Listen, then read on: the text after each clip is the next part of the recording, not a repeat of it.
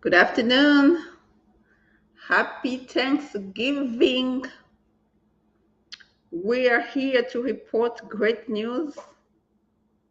And because it's Thanksgiving, we want to give you a live session so you can get the opportunity to ask your questions. Because we are very grateful to have you and for you to have us too, right?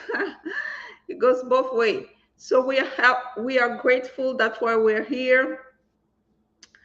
Happy Thanksgiving. Let me know in the comment, where are you? How are you? How you feeling? How you celebrating? Yes, the party start tonight. I am waiting for you to join in so we can talk about administrative closure, why it's important and why it's helpful in some circumstances, limited circumstances. Hello, how are you? Let me know in the comment. How you feeling? Happy Thanksgiving. Hi Annie, happy Thanksgiving. How are you? How you feeling? We got 9 people in the house. Let's talk about it. Administrative closure was granted today. Yes, that's a great news for us because basically the client is in removal. Obviously, if you're in removal and you don't have any remedy available at the present moment, the best way to go about it is to administratively close the case. I mean, you can get a dismissal, but we're dealing with Virginia. Not that easy to get a dismissal over there. Anyway, so we got administrative closure, and so now my client is going to wait for I-130 to be adjudicated. After it's adjudicated, then we'll go back, which is good because when we go back, it only takes 13 days for them to actually recalendar the case so that we can apply for adjustment of status either in court or with USCIS. Either way, it's a win.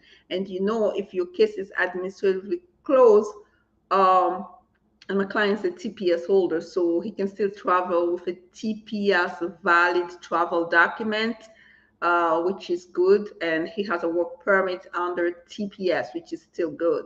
So it's a win-win situation. In the meantime, he can gather his money for the USCIS fees, for the green card and other fees. So it's a win-win situation. And we got it actually granted. We filed on November 11. I believe they got it on November maybe 12 or 13. And then we got it granted today within 10 days. Within 10 days or 11 days of our filing. That's what is good when the case is open, right? When the case is open, things go accordingly, okay? Like they have to respond within 13 days, calendar days, when the case is open. Um, and now that the case is administratively closed, when we try to put it back on the active calendar, they're still going to respond to us within 13 days. Sometimes they might go a little bit further, but it's just 13 days because it's a recalendar motion. It's not a motion to reopen. That will be a motion to recalendar, much easier. Okay. So if you're here, please like and please share. Let's take some questions. What is 221G? Limba Jama. 221G simply means it's either refusal of the visa or of visa administrative processing. Basically, the person did not meet the requirement, the eligibility requirement for the visa, and now they're waiting for additional evidence.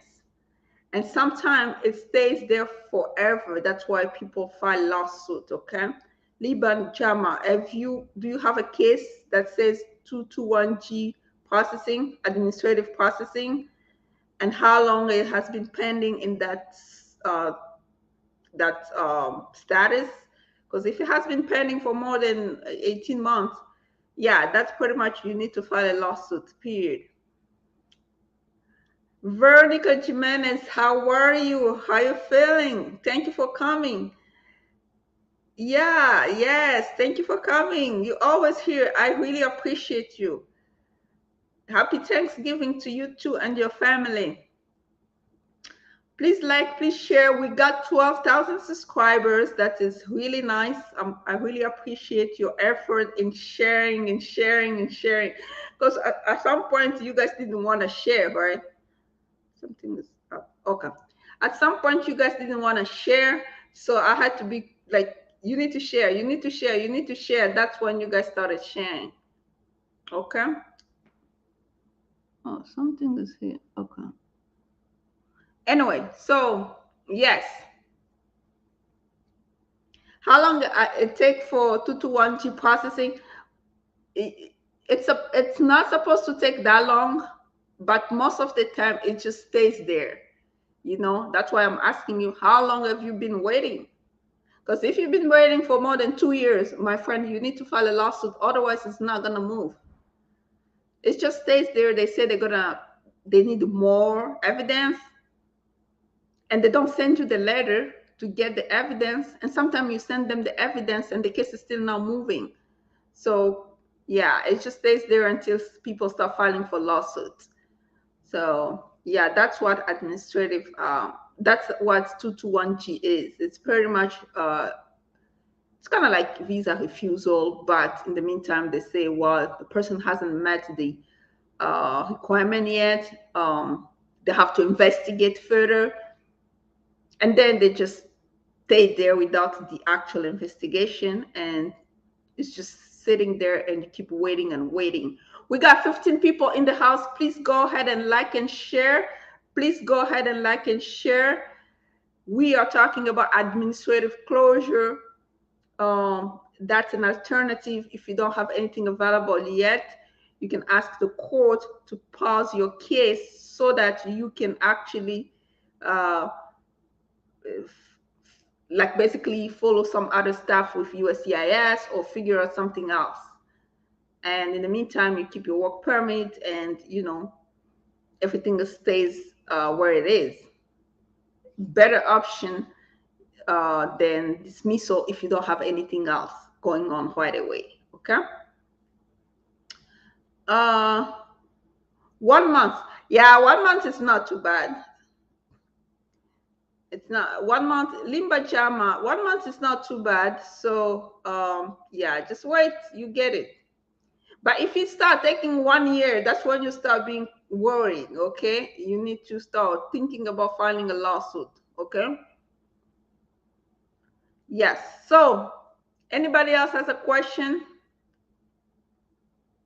Anybody else has a question? We got 13 people in the house. Please go ahead and like and share. Let me see um, who's actually liking and who's actually sharing. Let me see. We got 13 people in the house. Come on, we only have 2 likes. We got 13 people in the house. Please go ahead and like. Please go ahead and share. Okay. I really appreciate you here. In the meantime, if you have a question, just please put it in the comments so we can answer your questions. We are here to celebrate Thanksgiving, and we are doing free consultation. Like this is a free consultation right here. I'm just waiting for you to ask your question. That's it. Just waiting for you to ask your questions so I can answer those questions. In the meantime, I'm trying to find out if there's something else going on. I don't see anything going on.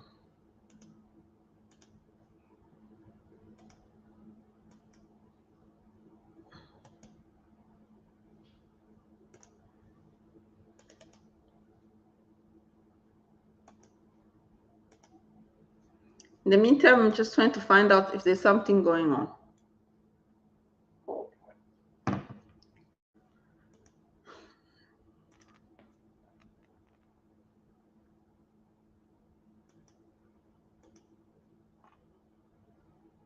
Okay.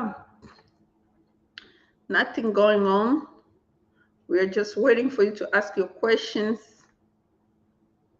so we can answer your questions, because tomorrow is Thanksgiving. I won't be here, so that's why I'm taking those questions today. Okay.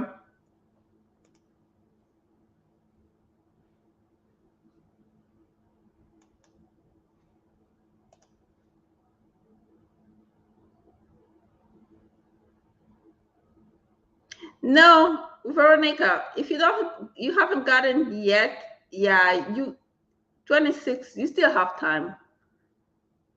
Yeah, because remember on that, the one that you have, it's gonna tell you like, even if you don't get it, usually tells you like you have additional like 30 days or something. You're gonna get it, don't worry. Sometimes they're just late. You know USCIS. We all know USCIS how they work. It's pretty much like, yeah, they're too slow. It's government. So yeah, you're gonna get it. Don't worry. Anybody else? By the way, Veronica, please go ahead and share and like. It looks like we don't have a lot of like here. Please go ahead and like, and please go ahead and share. I'm just here. I'm just waiting for questions. That's all.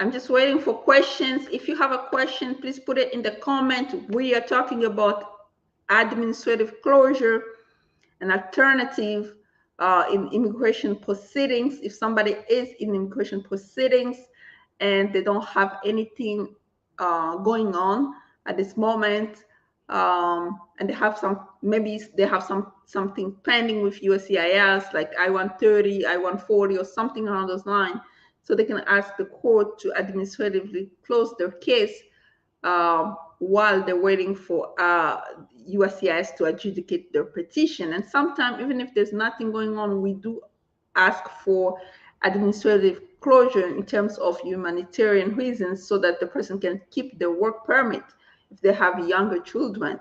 In this Fourth Circuit here in the Baltimore area, they don't have any problem with that. We do that. We get some response, most of the time positive, at least 85% it's positive.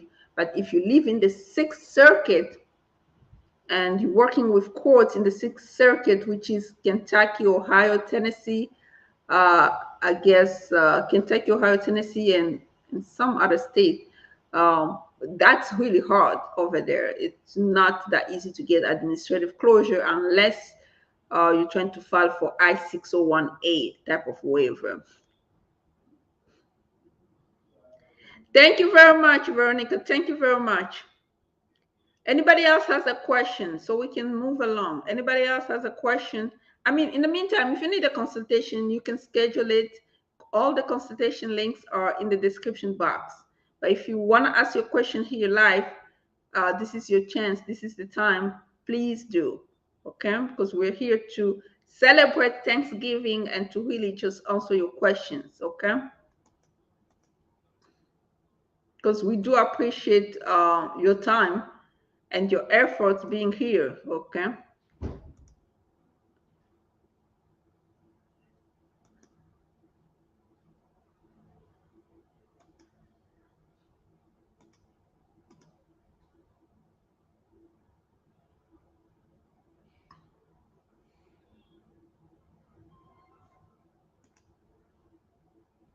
Okay, so we got a question.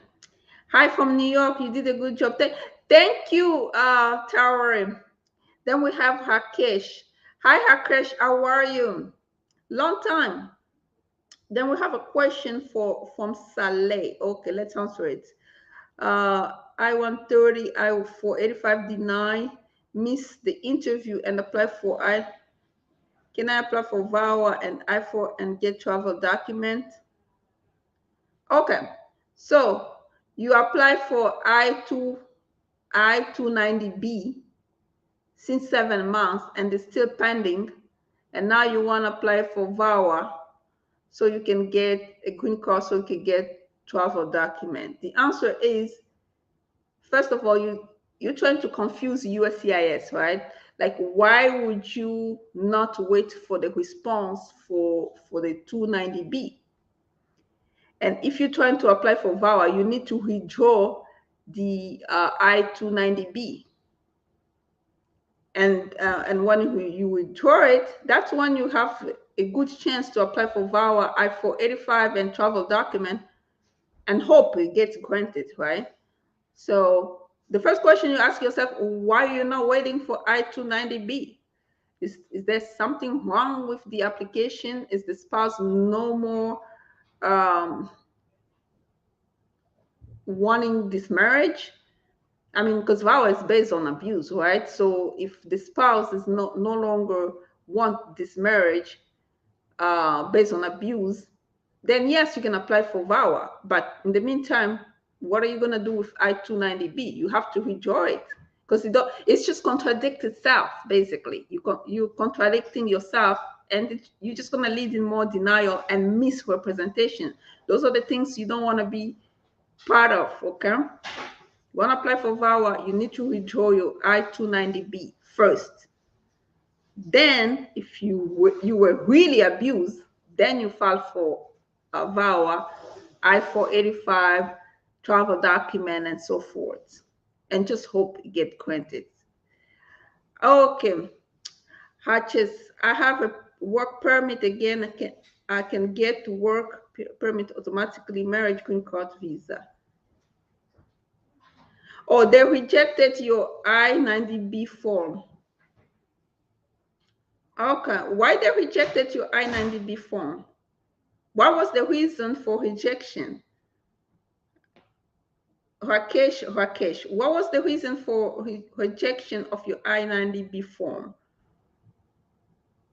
Was it past time? Because they give you 30 days to file, 30 to 33 days, depending on when you receive the actual letter, right? So when you file for it, or you have no idea why they rejected, they should supposed to tell you in the rejection notice. It's always in the rejection notice. So depending on why they rejected it, and I can get work permit automatically.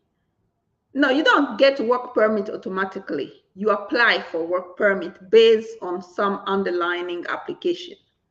If you have I-485 pending, then yes, you apply for work permit. So, and then when you renew your work permit, you get automatic extension. That's what's going on, right? Hakesh, you're gonna need a consultation because I don't understand your case. You're gonna need a consultation, okay? Let me put the consultation link in the description box. Okay. Yeah, you're gonna have to, yeah, you need it. Because I don't understand, first of all, why they rejected.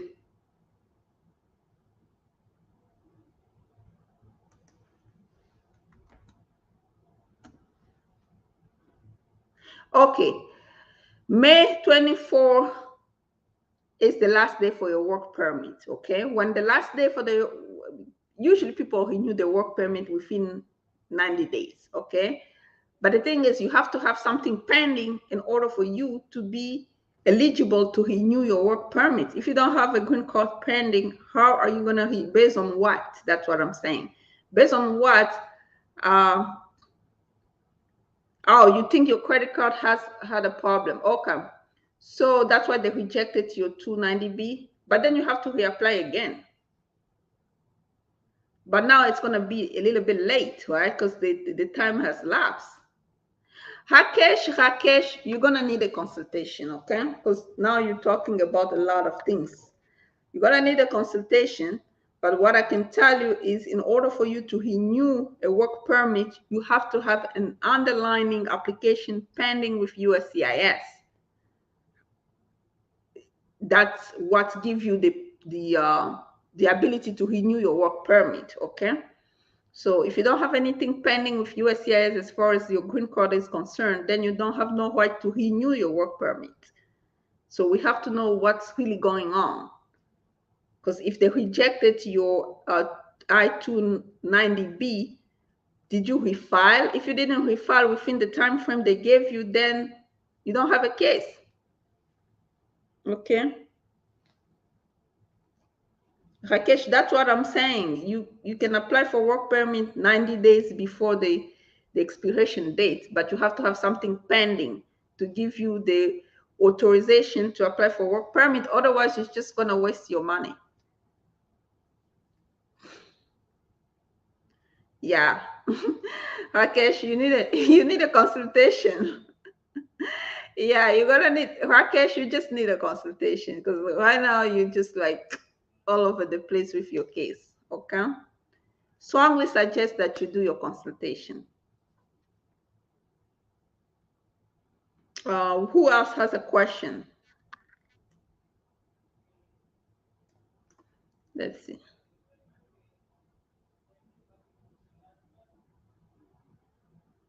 Oh, no problem. It's just that we want to understand the Rakesh. No problem.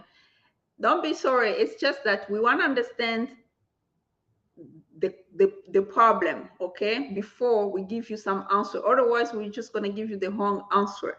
That's the problem. So that's what I'm saying. If you want to renew your work permit, you have to have something pending with them so that you can renew your work permit when the times to renew comes, which is you can renew anytime within 90 days of the expiration date. You can renew. But if you don't have anything pending with them, then you cannot renew. So that's why we have to know, do you have anything pending with them? Like a I-485, something like that. Okay. So anybody else has a question? Rakesh, by the way, thanks for coming, and please like and strongly encourage you that you schedule a consultation so we can help you, okay? And in the meantime, you can like and share. Anybody else has a question? We got 6 people in the house. Please go ahead and like and share.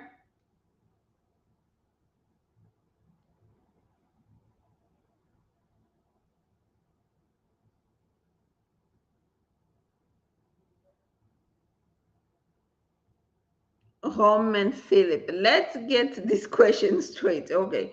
When you receive a removal letter that say you was denied and you bought your ticket and traveled to a different country, will it be a problem for you to come back to the US? Yes. Roman Philip, if you're outside of the US and you were actually removed from the US, so it's a problem coming back. You have to reapply. And if you look at my previous video, I talk about how to reapply. Like you have to, first of all, you have to know, right? When you got removed, how many years do you have as a ban? They deny you based on what? Do you have any criminal record? Do you have, there's a lot of things that goes into it when somebody is removed. Usually when somebody is removed, they automatically ban either 5 years, 10 years, or 20 years. We don't know, right? Depending on whether they have criminal records or not. So now the question becomes, can I come back? Well, you have to reapply. And in order for you to reapply, you have to ask permission to reapply. So that's when the Form I-212 come into play. And then depending on that and stuff like that, some people, maybe they're gonna try to reopen the case. Hopefully works. It's more complicated when somebody has been physically removed from the United States to come back. You have to allow time to pass first. Okay. Roman Philip, aren't you the one I sent the consultation link so that we can guide you? You're gonna have to schedule your consultation, okay? Anybody else? Do we have anybody else has a question? We got 4 people in the house. Please go ahead and like and share. Anybody else has a question? 5 people in the house. Please go ahead and like and share.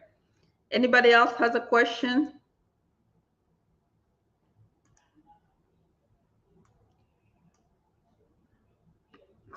By the way, we have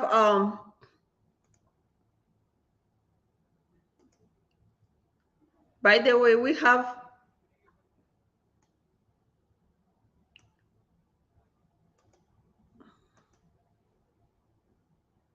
yeah, please put your question in the comment. If you have a question, please just put it in the comment.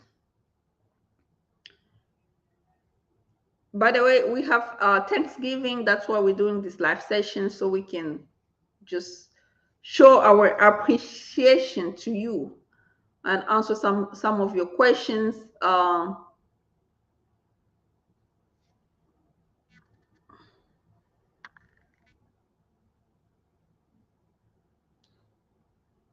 No, I never. Oh, Roman, you send me an email. I send you a consultation link. Yeah, you need to schedule a consultation so we can discuss your case. But when somebody is outside of the country, based on removal order, the first thing to know is to know, first of all, for how many years are you banned? So depending on why you were removed, some people are removed because of criminal activities. And if it's aggravated, they cannot come back. It's too complicated. If they don't have criminal record, then we look at the ban. What type of ban? Is it 10 years, 5 years, or what? Then we look at out of if time has lapsed, then we see if we can seek permission. So that's why you need consultation to go all over all those facts. Okay.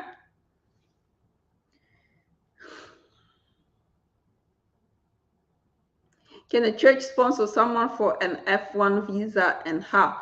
Well, if the church is willing to pay for school fees, so it's the same process, right? F1 visa, what they're looking for, they're looking for somebody who is willing to pay for the student fees. So if the church is willing to pay for the student fees, then the church has to show pretty much the church has to go to the school, depending who's designated to do this job, right?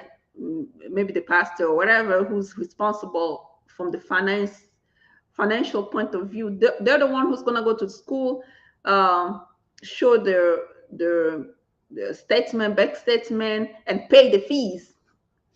As long as they can pay the fees, that's what matters, right? The only thing is student fees. How are you going to pay it? Who's paying it?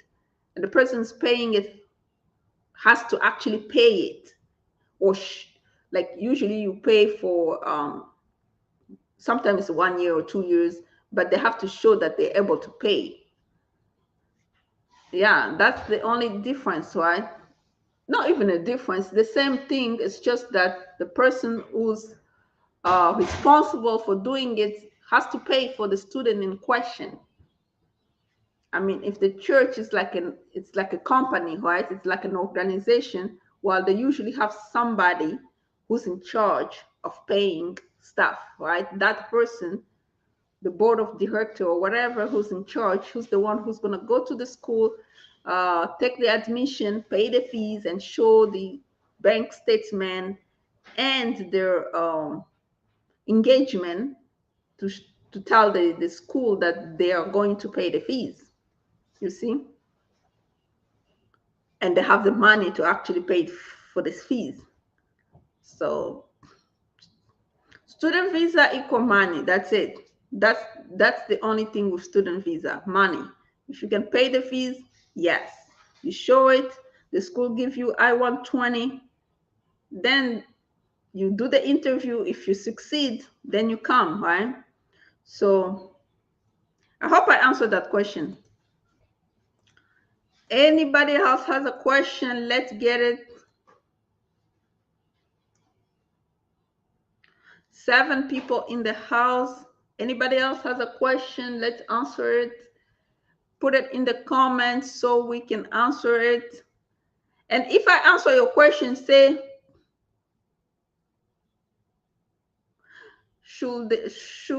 okay, should short the name of the person handling the paper or the church name. Well, the church name, but the church always has somebody responsible, right? Like anybody who signed the actual paper at the church, it's actually a physical person, like, a person. The church is an organization, but there's always somebody in charge, like a director or somebody who's in charge of doing those type of activities. That's the person who's gonna sign on behalf of the church, of course.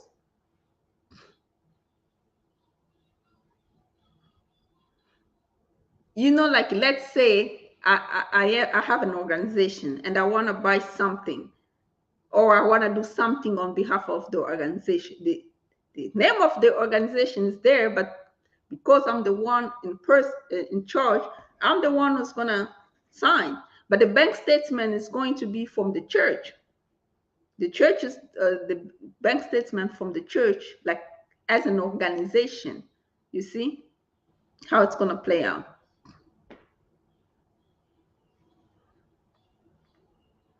Because if they're claiming they're going to support somebody, they have to show that they have the money to support the person.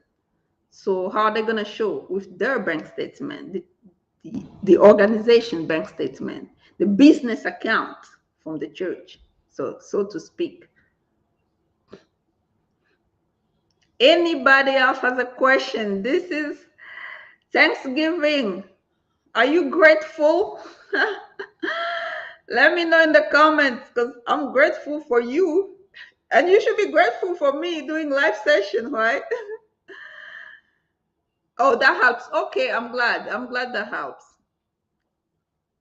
If I haven't answered your question, you can post it again. We are in the spirit. Oh, you're welcome. Happy Thanksgiving to you too. If I haven't answered your question, we are in the spirit of answering questions here live. Because if you email me, I'm going to send you a consultation link, because I don't do personal answer like that. So unless you're my actual client. So and you're asking about your actual case, right? Not unrelated stuff. But if you want a consultation now, please put it in the comments so we can answer your question. If I haven't answered your question, please put it again, or say that you're not satisfied. We're going to try again to answer the question, because this is Thanksgiving and we want to give you the best. Okay? But in the meantime, what you can do is like and share, because that's what we do here. Like and share. Like and share. Like and share. We reached 12,000 subscribers because of you. And we want you to keep sharing our videos so we can reach a lot of people who need our help. Okay? It's really that simple. Oh, Lord.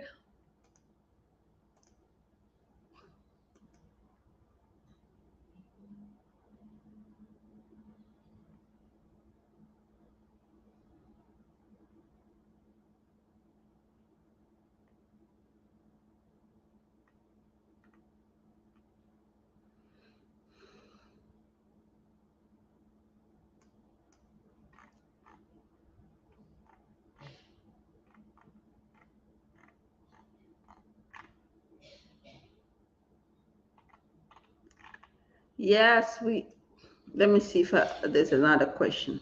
Any other question, please put it in the comment.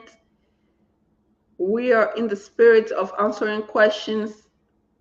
Yeah, and please like, please share as well.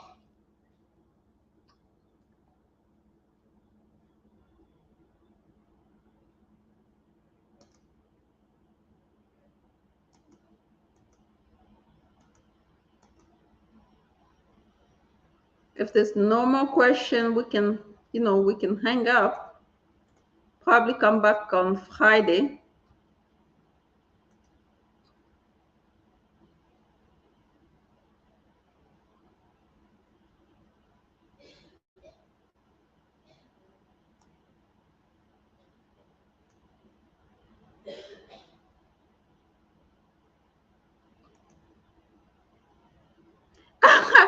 Is Trump coming?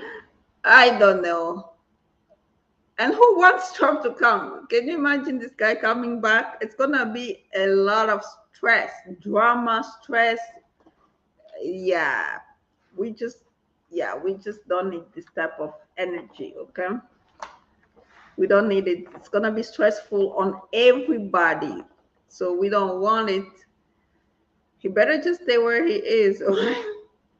But if you look at the pool, it looks like the guy is winning in the pool, right? So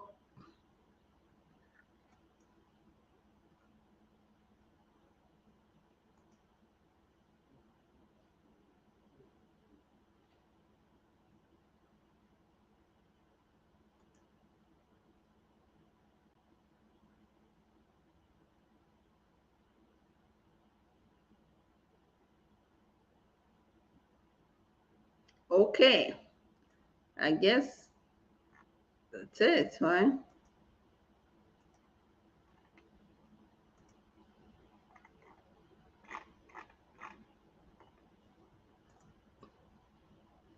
I guess that's it. We answer all your questions. If you need a consultation with me, please schedule it by using the consultation link in the description box. I wish you a happy Thanksgiving and really all the best. And hopefully, we're going to meet again on Friday, okay? Hopefully. It was nice talking to you here.